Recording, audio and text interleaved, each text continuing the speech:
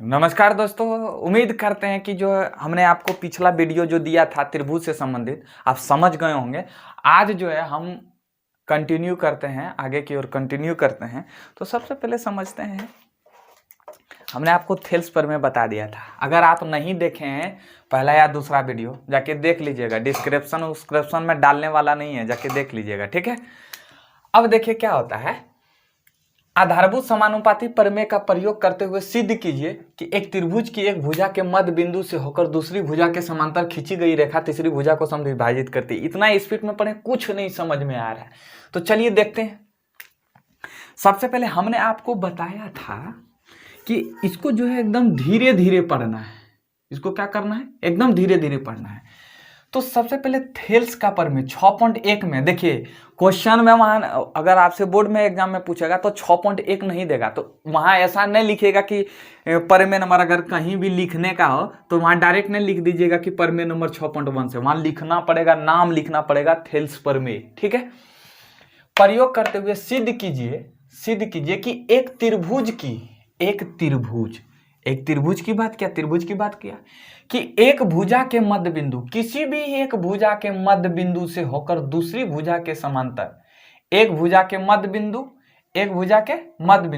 दूसरी भुजा के क्या होना चाहिए, समांतर खींची गई रेखा तीसरी भुजा को, इसके मध्य बिंदु तीसरी भुजा को समद्विभाजित करती है। यानी कि ये जो तीसरी भुजा को समद्विभाजित करती है, यानी कि AE बराबर EC होता है। यही चीज प्रूव करना है, ठीक है, समझ में आ जाना चाहिए। अब चलिए हम देखते हैं। सबसे पहले दिया है, लिखना है तो दिया है त्रिभुज ABC में, त्रिभुज ABC दिया है, त्रिभुज ABC में DE समांतर BC है, DE समांतर BC है। बिंदु D भुजा का मध्य बिंदु है, अर्थात हम कह सकते हैं कि AD इक्वल टू DB या BD, जो लिख सकते हैं सर्वा, AD इक्वल टू DB, ठीक है। अब सिद्ध करना है, दूसरा में हम क्या लिखते हैं, सिद्ध करना है। तो सिद्ध करना में क्या लिखते हैं, AE बराबर EC। कहा कैसे हम जाने AE बराबर EC प्रूव करना है, तो लिखा गया है कि तीसरी भुजा को समद्विभाजित करती, यानी तीसरी भुजा को समद्विभाजित, यानी कि AE बराबर दो भाग में काटती है, AE और EC को दो भाग में काट देती है। अब प्रमाण क्या है, चलिए देखते हैं। त्रिभुज ABC में DE समांतर BC है, ये क्या किया है, दिया गया है।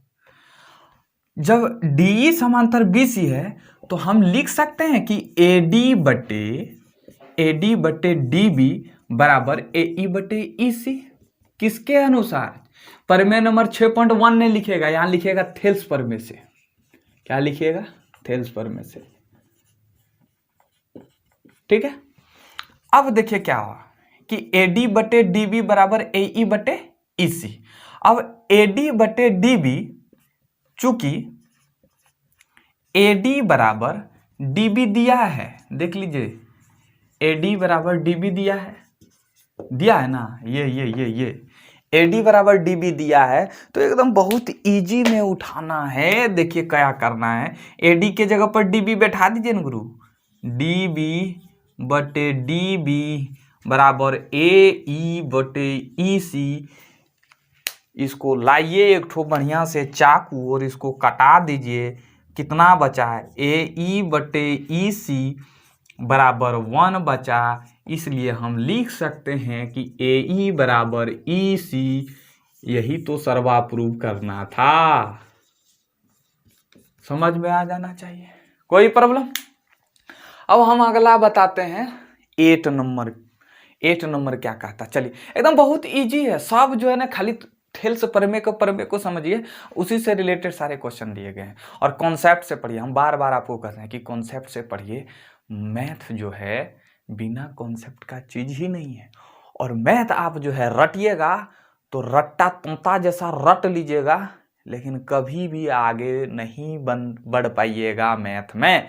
तो इसलिए बचवा मैथवा जो है बढ़िया से पढ़िए और कॉन्सेप्ट से पढ़िए, ओके। तो चलिए देखिए, अब अगला क्वेश्चन ये है कि प्रमेय 6.2, प्रमेय 6.2 में क्या था, हम लोग जो है अगर त्रिभुज है, कोई त्रिभुज है, सबसे पहले 6.1 थेल्स प्रमेय में क्या कहा गया था, बीपीटी थ्योरम, अगर ए बी सी डी नाम का कोई त्रिभुज है, अगर डी ई समांतर बी सी है तो भुजाओं का अनुपात बराबर होगा, यानी कि ए डी बटे डी बी बराबर ए ई बटे ई सी होगा। और इसी का converse of BPT theorem, converse मतलब इसी का उल्टा में क्या कहा गया कि ये जो है डी ई अगर इस तरह रहे, अगर दोनों भुजाओं का, अगर सभी भुजाओं का अनुपात बराबर रहे तो डी ई समांतर क्या होगा, बी सी होगा। ठीक है, तो इसी में बोला गया कि 6.2 का प्रयोग करते हुए सिद्ध कीजिए कि त्रिभुज, अब देखिए अभी जो हम 7 नंबर बता रहे थे तो 7 नंबर का उल्टा कर दिया। 7 नंबर में क्या कहा गया था, 7 नंबर में इसमें बताया था कि ए ई बराबर ई सी होता है, अब ये बोल रहा है कि डी ई समांतर बी सी होता है।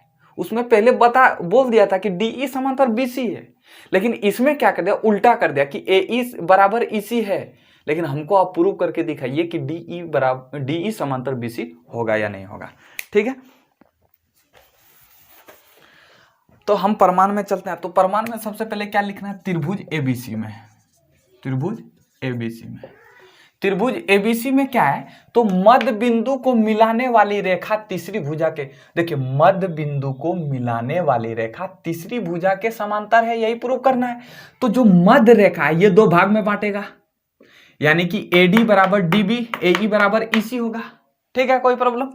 तो त्रिभुज ABC में AD बराबर DB होगा, मध्य बिंदु बोल रहा है, यानी कि समद्विभाजित में, समद्विभाजित और मध्य बिंदु में भी यही बोल रहा है कि यानी कि 2 भाग में बांट रहा है इसको।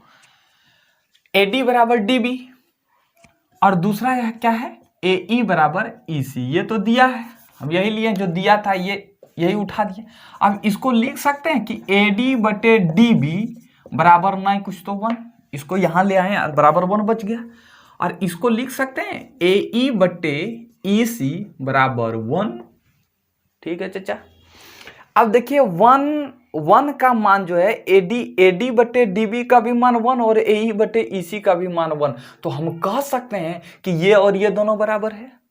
समझे कि नहीं, यानी कि AD बटे DB का भी मान 1 और AE बटे EC का भी मान 1, तो हम कह सकते हैं, हम क्या कह सकते हैं कि AD बटे DB बराबर AE बटे EC, ये क्या हो गया, ये भी दोनों बराबर हो गया। इसको मान लेते हैं समीकरण 1 और इसको समीकरण 2, तो किस से बराबर हुआ, समीकरण 1 तथा 2 से।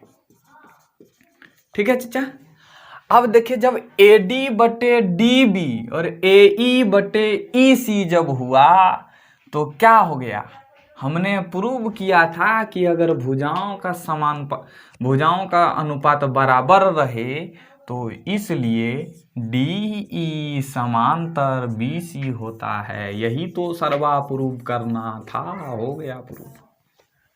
ठीक है, कोई प्रॉब्लम नहीं आना चाहिए। अब देखिए इसको एंजॉय करके पढ़िए, ज़्यादा टेंशन ना लीजिए, नहीं तो ज़्यादा टेंशनम दिमाग खानम, आपका दिमाग जो है टेंशन खा जाएगा, तो इसलिए दिमाग उतना मत खपाइए, एकदम इजी प्रोसेस में बनाइए। ठीक है, अब हम चलते हैं अगला क्वेश्चन की ओर। देखिए ये अगला नंबर जो क्वेश्चन है वो ओकरा पहले समझने के लिए पहले कुछ दिमाग में धसाना पड़ेगा। वो दिमाग का क्या चीज है, समलम चतुर्भुज। इस बार समलम चतुर्भुज होता क्या है, तो समलम चतुर्भुज में क्या होता है कि अगर सबसे पहले ये चतुर्भुज है, चतुर्भुज में 4 भुजा होता है, ये जानते हैं। चतुर्भुज मतलब 4, चतुर मतलब 4, चतुर्थ। हम लोग जब सरकारिया स्कूल में पढ़ते थे ना तो बोलता था कि पहला, दूसरा, तीसरा, यानी तृतीय बोला जाता था, फिर चतुर्थ, पंचम, छठा, 7वां, 8वां, 9वां, 10वां, ऐसे बोलते हैं।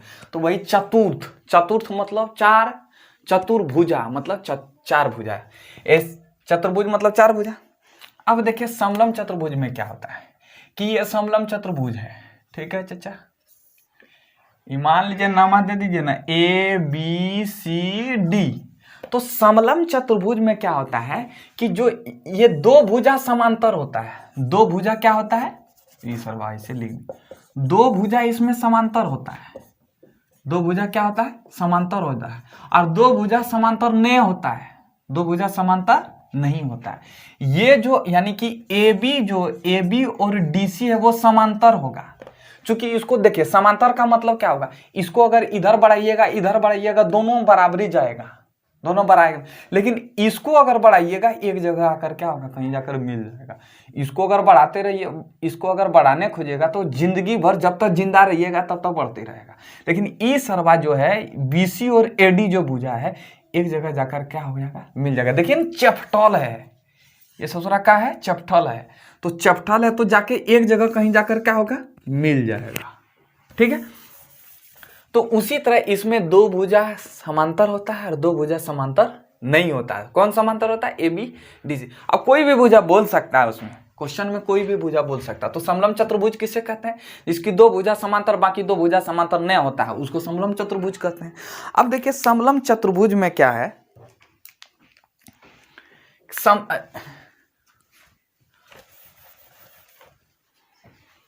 ये समलम चतुर्भुज का विकर्ण हो गया। यानी कि अगर यहां से यहां खींच लेंगे तो ये विकर्ण हो गया। अब विकर्ण को मान लीजिए बिंदु O पर काटा गया। ठीक है। तो समलम चतुर्भुज का जो क्षेत्रफल होता है, वो क्षेत्रफल होता है 1/2 गुना, अब देखिए ये ऊंचाई होगा। अब मान लीजिए देखिए ऊंचाई, इसको कैसे, इसको ऊंचाई नहीं मानना है, ऊंचाई सीधी। अगर हम त्रिभुज पर ऐसे त्रिभुज पढ़ेंगे तो त्रिभुज का ऊंचाई किसको बोलेंगे, ये तो सर भाई ऊंचाई हुआ, स्लोप हो गया, ढाल हो गया, समझे। ऊंचाई किसको बोलेंगे, जो सीधी रेखा होगा त्रिभुज से, सिर्फ जो सीधी रेखा होगा यानी लंब। तो उसी तरह ये सीधी रेखा हो गया, ये सीधी रेखा हो गया। तो दोनों, तो क्षेत्रफल क्या था, 1/2 गुना ऊंचाई गुना ये जो भुजा जो समांतर है ना, ए बी भुजा समांतर A B plus D C, यानी कि समांतर भुजाओं की लंबाई का योग होता है। ठीक है, समलम चतुर्भुज का क्षेत्रफल। ओके, कोई प्रॉब्लम नहीं आना चाहिए। अब हम देखिए समलम चतुर्भुज में ही हम आगे बढ़ते हैं। देखिए इसमें किस तरह आपको आपके किताब में क्वेश्चन दिया गया है, हम इसको बढ़िया से समझाते हैं। ओके, अब देखिए एबीसीडी एक समलम है, एबीसीडी एक समलम चतुर्भुज है। हम आकृतियां बना दिए हैं, एबीसीडी एक समलम चतुर्भुज है। ठीक है सर, ऐसे भी बना सकते हैं, एबीसीडी किधर से भी नाम दें उससे कोई फर्क नहीं पड़ता है।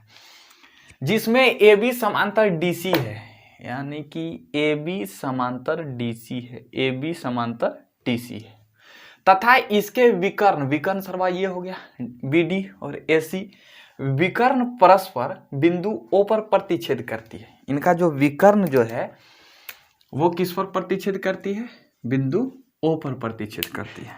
किस पर, बिंदु ओ पर कट। तो दर्शाइए कि ए ओ बटे बी ओ, यानी ए ओ बटे बी ओ क्या है, ए ओ बटे बी ओ बराबर सी ओ बटे डी ओ। अब देखिए क्या करना है, हमको प्रूव क्या करना है, किसको प्रूव करना है, सबसे पहले ए ओ बटे बी ओ को लाना है, यानी ए ओ बटे बी ओ को लाना है। तो जब ए ओ बटे बी ओ को लाना है तो एक त्रिभुज नहीं बन रहा है, डी ओ यहां बन रहा है। अब हमको थेल्स प्रमेय का यूज करना है, तो कैसे यूज करेंगे, तो एक समांतर रेखा खींचेंगे यहाँ, किसके समांतर, ए बी के समांतर। अगर ए बी के समांतर खींचेंगे तो याद रखिएगा ए आर बटे आर डी बराबर बी ओ बटे डी ओ, यानी हमको लाना क्या था, हमको लाना क्या था, बी ओ कहीं दिखे, ऐसा दिखे, मतलब ऐसा संबंध बनाना है जहां ये दिखने लगे कुछ। तो हम बी ओ लाए तो बी ओ दिखने लगा। अब चलिए देखिए डी ओ भी दिखने लगा, तो चलिए भाई लिखते हैं किस में, तो त्रिभुज ए बी डी में, त्रिभुज ए बी डी में किसी में भी, इधर भी समांतर रेखा खींचेंगे तो कोई प्रॉब्लम नहीं, इधर भी समांतर रेखा खींचे, इधर भी समांतर रेखा खींचे, बात बराबर है। ठीक है, चाहे यहां से खींच दें चाहे इधर से खींच दें, तो हमने इधर खींचा। ठीक है, त्रिभुज ए बी डी में, त्रिभुज ए बी डी में क्या है कि आर ओ समांतर किसका है, ए बी का। आर ओ किसके समांतर है, ए बी का समांतर। जब आर ओ समांतर ए बी का है तो हम थेल्स प्रमेय से लिख सकते हैं ए आर बटे आर डी बराबर बी ओ बटे ओ डी, या डी ओ, बी ओ बटे डी ओ, किस अनुसार, थेल्स प्रमेय से। थेल्स प्रमेय से। अब फिर चलिए तथा, ठीक है। अब क्या करना है, एक ये आ गया। अब दूसरा क्या करना है, पहले ए बी डी में लिया, हमको क्या लाना, CO, तो CO और बटे DO लाना। तो CO लाने के लिए हमको इस त्रिभुज को लेना पड़ेगा, ADC को लेना पड़ेगा। तो त्रिभुज ADC में, त्रिभुज ADC में भी क्या है, तो त्रिभुज ADC में भी RO समांतर किसका है, RO समांतर किसका है, DC का है। RO समांतर किसका है, DC का है। अभी अगर हम ADC लें तो RO समांतर किसका हो जाएगा, DC का हो जाएगा।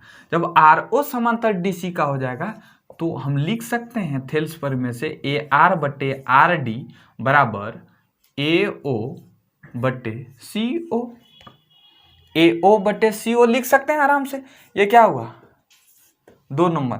ये भी किस प्रमेय के अनुसार लिखाया, थेल्स प्रमेय से।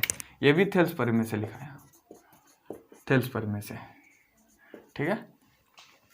ये 2। अब समीकरण 1 तथा 2 से, समीकरण 1 तथा 2 से, अब चलिए देखिए यहाँ समीकरण 1 तथा AR बटे RD बराबर BO बटे DO, यहाँ भी AR बटे RD बराबर AO बटे CO। जब इतना बराबर इतना है तो इतना बराबर इतना नहीं होगा, यानी कि हम लिख सकते हैं कि BO बटे DO बराबर AO बटे CO। अब हमको प्रूव क्या करना है, देखिए यहाँ प्रूव हमको सब आ गया, लेकिन सब क्या ऊपर नीचे, AO ऊपर में है, CO ऊपर में है, लेकिन यहाँ सर भाई ये क्या है, नीचे हो गया है। तो हमको इसको प्रूव करने के लिए क्या करना पड़ेगा, चलिए लिखिए। देखिए जब ऊपर में AO है तो AO ऊपर में आ जाएगा, इसके BO इसके नीचे है, तो देखिए BO को अगर यहां ला देंगे तो CO इस जगह पर चला जाएगा, यानी कि CO फिर क्या हो जाएगा, ऊपर में हो जाएगा, और BO क्या हो जाएगा, नीचे हो जाएगा। उल्टा पुल्टा कर दीजिएगा ना।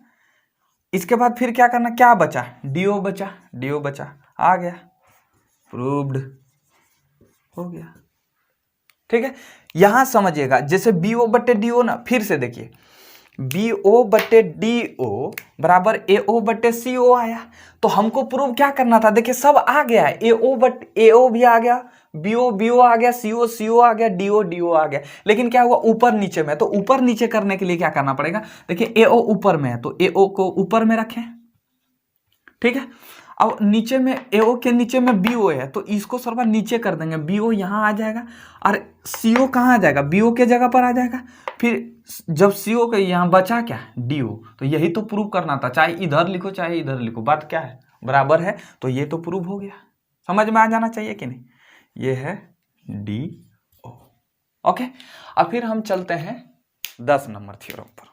हमने जो पिछला थ्योरम बताया, यानी कि हमने पिछला जो सवाल बताया जस्ट इसका उल्टा है।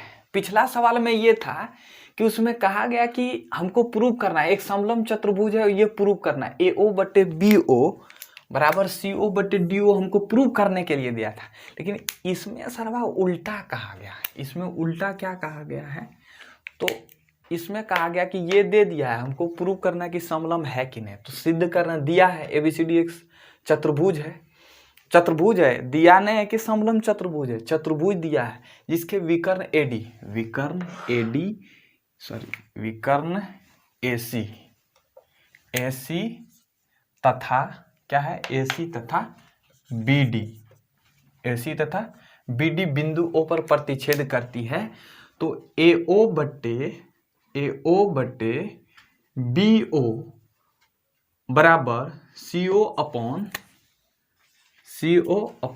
DO, ठीक है। हम इसको क्रॉस मल्टीप्लाई में भी लिख सकते हैं, लिख दीजिए ना, क्या टेंशन है, नहीं भी लिखेंगे कोई प्रॉब्लम नहीं, इस तरह भी लिख सकते हैं चूंकि आगे इसका यूज होगा। तो AO बटे CO बराबर BO, AO इसको नीचे, फिर इसको ऊपर, इसको नीचे, DO, ठीक है।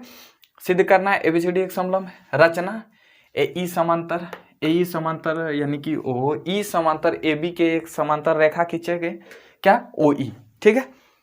अब प्रमाण क्या करना है, तो चलिए देखते हैं प्रमाण क्या करें। प्रमाण में क्या करें, सबसे पहले त्रिभुज ABD में क्या दिखा रहा है, OE समांतर किसका है, AB है बचवा। तो ओ ई समांतर ए बी है, तो हम लिख सकते हैं ए ई बटे ई डी बराबर ओ ई बटे बराबर बी ओ बटे डी ओ। किस अनुसार से? तो ये 2 नंबर समीकरण हुआ थेल्स प्रमेय से। किससे हुआ? थेल्स प्रमेय से। ठीक है, अब हम समीकरण 1 तथा 2 से, हम अगर समीकरण 1 तथा 2 से अगर देखेंगे गौर से तो कुछ नजर आ रहा होगा, उम्मीद करते हैं। क्या नजर आ रहा है? देखिए क्या नजर आ रहा है। बी ओ बटे डी ओ, बी ओ बटे डी ओ, बी ओ बटे डी ओ। यहाँ बी ओ बटे डी ओ का मान है ए ओ बटे सी ओ, और यहाँ बी ओ बटे डी ओ का मान है ए ई बटे ई डी। जब ये बराबर ये बराबर ये, तो ये बराबर ए ओ बटे सी ओ बराबर ए ई बटे ई डी। ठीक है, ए ई बटे ई डी, यानी यहां देखिए ए ओ बटे सी ओ बराबर ए ई बटे ई डी। ठीक है, अब हम चलते हैं। अब देखिए ए ओ बटे सी ओ, ए ओ बटे सी ओ बराबर ए ई बटे ई डी। तो जब ए ई बटे ई डी है, यानी कि थेल्स प्रमेय है। अब इसको लिख सकते हैं कि ओ ई समांतर डी सी, ओ ई समांतर डी सी। क्या हो गया? थेल्स पर हमने आपको प्रमेय नंबर 6.2 में बताया था, कन्वर्स ऑफ बीपीटी थ्योरम का। ओ ई समानुपाती डी सी, अगर अनुपात दिया रहा है तो उसको समांतर में ऐसे समांतर होता है, ये लाइन इसके समांतर होता है। अब देखिए इसके समांतर नहीं होगा। कैसे नहीं होगा? तो त्रिभुज यहाँ देखिए किसका बात कर रहा है? ए ओ बटे सी ओ। अब हमको ऐसे बात कर रहा है, बी ओ बटे बी डी का बात कर रहा है, नहीं बात कर रहा है, तो ए ओ बटे सी ओ को बात कर रहा है, और ए ई बटे ई डी का बात कर रहा है, तो इस त्रिभुज को लेना है। ठीक है, तब जब इस त्रिभुज को लेंगे तो ओ ई समांतर किसका हो जाएगा? डीसी हो जाएगा। देखिए ओ ई समांतर डीसी। अब यहां देखिए रचना में क्या है कि ओ ई समांतर ए बी है, ये किससे लिए हैं? रचना से सर्वा, रचना से। जब ओ ई समांतर डीसी है और फिर ओ ई समांतर ए बी है, तो ये डीसी समांतर ए बी नहीं हो सकता है, डीसी समांतर ए बी नहीं हो सकता है। यानी कि डीसी समांतर ए बी, जब डीसी समांतर ए बी, हमने यही तो आपको पहले बताया था कि डीसी समांतर जब सॉरी डीसी ये डीसी है, तो डीसी समांतर ए बी। तो हमने आपको पहले ही समलम चतुर्भुज के प्रमेय यानी कि आपको परिभाषा में बताया कि 2 भुजाएं समांतर होती है। जब 2 भुजाएं समांतर होगी तो इसलिए यहां लिखना है, इसके बाद यहां लिखना है, इसलिए ए बी सी डी एक समलम चतुर्भुज है। प्रूव्ड हो गया। यही तो प्रूव करना था। ठीक है, समझ में आ जाना चाहिए। उम्मीद करते हैं ये आपको हल्का ही लगा होगा और आप इसको एंजॉय करके पढ़िएगा। ठीक है, अब हम चलते हैं कुछ एग्जाम्पल की ओर बढ़ते हैं। अब देखिए ये क्वेश्चन क्या कहा है, इन्होंने कहा कि एबीसीडी एक समलम है।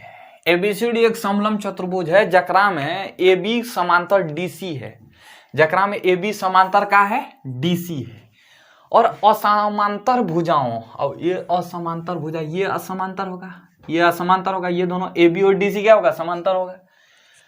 असमांतर भुजाओं एडी, कहाँ एडी? एडी और बीसी पर क्रमशः बिंदु ई और एफ इस प्रकार स्थित है कि ई एफ जो है भुजा ए बी, ई एफ जो है भुजा ए बी के समांतर है। ई एफ भुजा किसके समांतर है? ए बी के समांतर। तो दर्शाइए कि ए ई बटे ई डी बराबर बी एफ बटे, यानी कि ए ई बटे ई डी बराबर बी एफ बटे एफ सी होगा कि नहीं? चलिए दिया है तो दिया है, तो भर जो है कलम पकड़ के भर आधा क्वेश्चन में उतार दीजिए।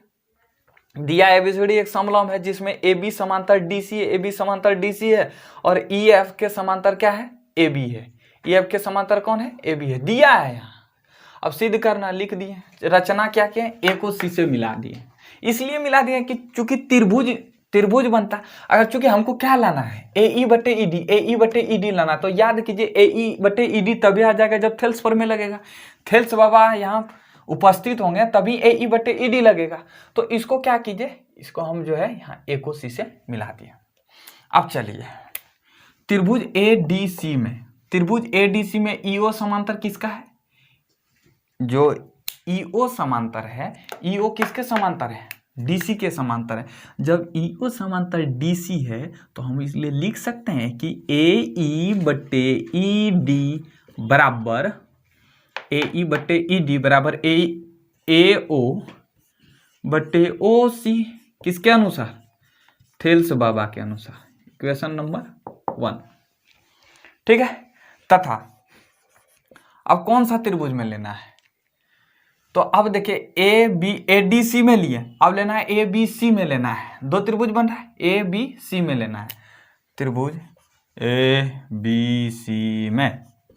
ABC में किसके समांतर? OF किसके समांतर है चचा? OF समांतर है AB के। देखने से भी लग रहा है OF समांतर किसका है? AB के। जब OF समांतर AB है तो हम लिख सकते हैं BF बटे FC बराबर AO बटे OC। ये भी थेल्स बाबा के अनुसार हुआ। तो इक्वेशन नंबर 1 और 2 हो गया। अब हम यहाँ ऐसे भी लिख सकते हैं, देख लीजिए, पता चल रहा है AO बटे OC बराबर ये, AO बटे OC बराबर BF बटे FC। तो हम लिख सकते हैं समीकरण 1 तथा 2 समीकरण 1 तथा 2 से लिख सकते हैं AE बटे ED बराबर BF बटे FC। यही तो प्रूव्ड करना था भाई, आ तो गया। देख लीजिए AE बटे ED बराबर BF बटे FC, प्रूव्ड। ठीक है।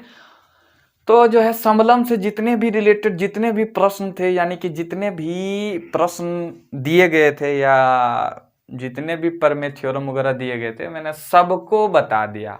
अब हम चलते हैं कुछ क्वेश्चन पर चलते हैं जो अक्सर पूछे जाते हैं एग्जाम में। तो चलिए हम चलते हैं। अब देखिए यही क्वेश्चन में क्या कहा गया है, एग्जाम्पल नंबर 3 है। ठीक है, उदाहरण नंबर 3, आकृति के अनुसार PS बटे एस क्यू बराबर PT बटे TR है, PT बटे TR है। और ये जो कोण S है ना वो R के बराबर है, यानी कि PST बराबर PRQ। ठीक है। तो सिद्ध करने बोल रहा है कि ये क्या समद्विबाहु त्रिभुज है। समद्विबाहु मतलब जिसकी दो भुजाएं क्या है, बराबर हो।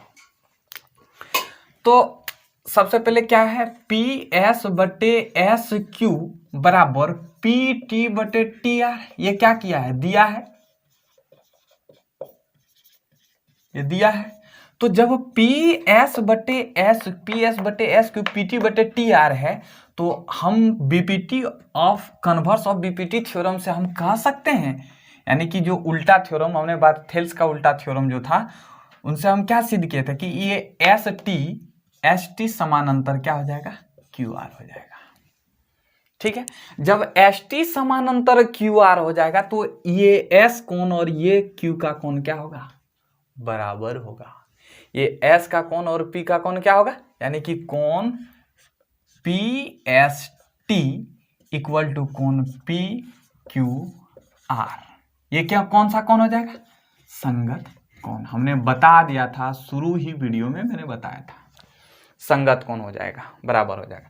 जब S और कोण Q बराबर हुआ, जब S और कोण Q बराबर हुआ तो हम यहां दे रखा है, क्या दे रखा है, तथा कोण PST बराबर कोण PRQ। ये क्या किया है, दिया है। इसको मान लेते हैं 1 और इसको मान लेते हैं समीकरण 2। ठीक है।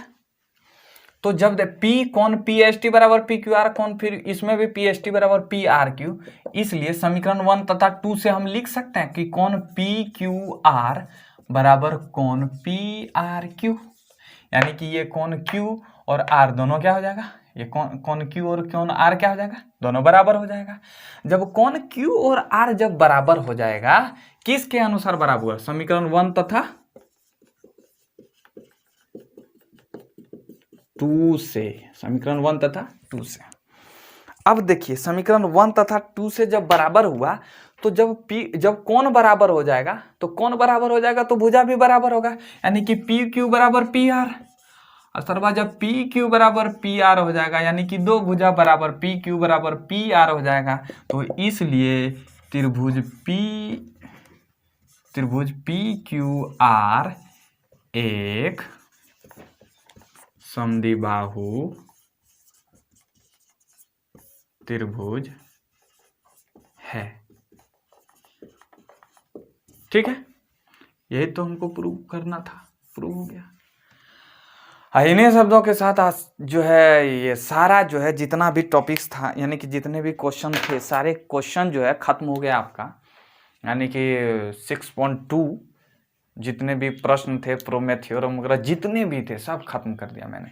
और आप जो इसको कॉन्सेप्ट से बनाइएगा, समझ कर बनाना है, और हम थोड़ा एक दो क्वेश्चन को हम फिर लेते हैं यहाँ आपके साथ। ठीक, अब देखिए इसमें क्या करना है कि दी गई आकृति में DE समांतर BC है और AD बटे DB बराबर 3/5 है, तो AC, और यदि AC बराबर 4.8 है तो AE का मान ज्ञात करें, यानी कि यहाँ से यहाँ AE का मान ज्ञात करना। तो चलिए देखते हैं कैसे बनाते हैं।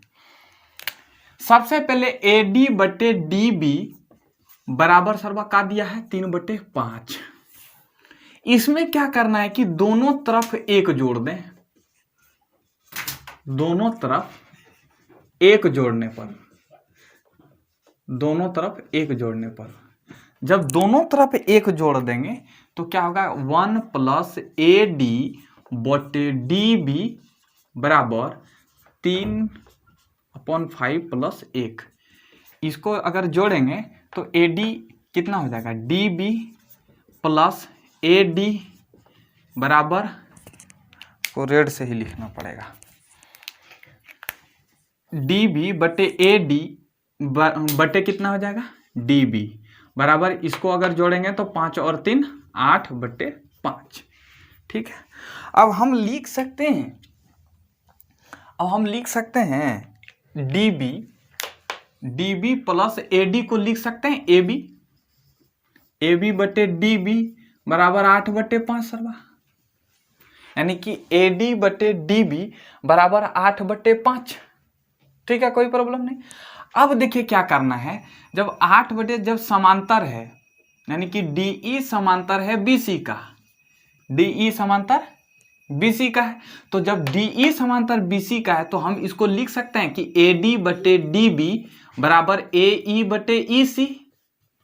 किसके अनुसार, थेल्स के अनुसार, थेल्स प्रमेय से। अब जब AD बटे DB, अब AD बटे, यहाँ गलती तो नहीं लिखे, AB बटे DB, AD बटे DB बराबर AE बटे EC। अब इसमें भी क्या करना है कि दोनों तरफ इसमें भी एक जोड़ दें, दोनों तरफ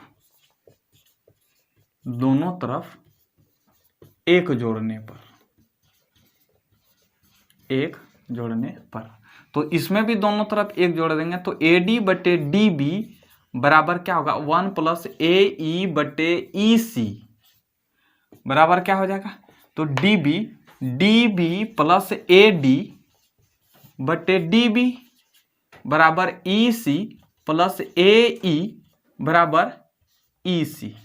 ठीक है, तो DB को हम कितना लिख सकते हैं, DB + AD को हम लिख सकते हैं AB बटे DB, और EC + AE को EC + AE को लिख सकते हैं AC बटे EC। ठीक है, AC बटे EC। अब AB बटे DB, यानी इक्वेशन नंबर इसको एक रख दीजिए ना, AB बटे DB का मान कितना है, 8/5, और AC बटे EC। फिर यहां जो है AC मान दिया है, AC का मान कितना दिया है, 4.8/EC। EC का मान आराम से निकल जाएगा, तो इसी का मान निकालना है, तो इसी का अगर मान निकालेंगे तो क्या हो जाएगा 4.8 गुना 5/8, इसको कटाएंगे तो 0.48, इसी का मान आ जाएगा 3। अब हमसे पूछा AE का मान, चलिए तो AE का निकालते हैं। फिगर में देखिए AE का मान निकालना है, तो AE में AC में पूरे में हमको यहाँ तक का मान निकालना, सिर्फ यहाँ तक का है AE का। हम AC में EC को घटा देंगे, AC में EC को घटा देंगे तो AE नहीं आएगा। तो AC कितना है, AC जो है कितना है, देखिए AC जो है पूरा कितना आया है, पूरा कितना आया है, देखिए देखिए देखिए देखिए कहाँ है, 4.8 है। AC का मान कितना है, 4.8 है, और EC का मान कितना है, 3 है। इसको घटाएंगे तो कितना हो जाएगा, 1.8 सेंटीमीटर आंसर। ठीक है, आई होप आपको समझ में आ गया होगा। तो जो है फिर मिलते हैं नेक्स्ट वीडियो में, तब तक के लिए धन्यवाद। जय हिंद दोस्तों।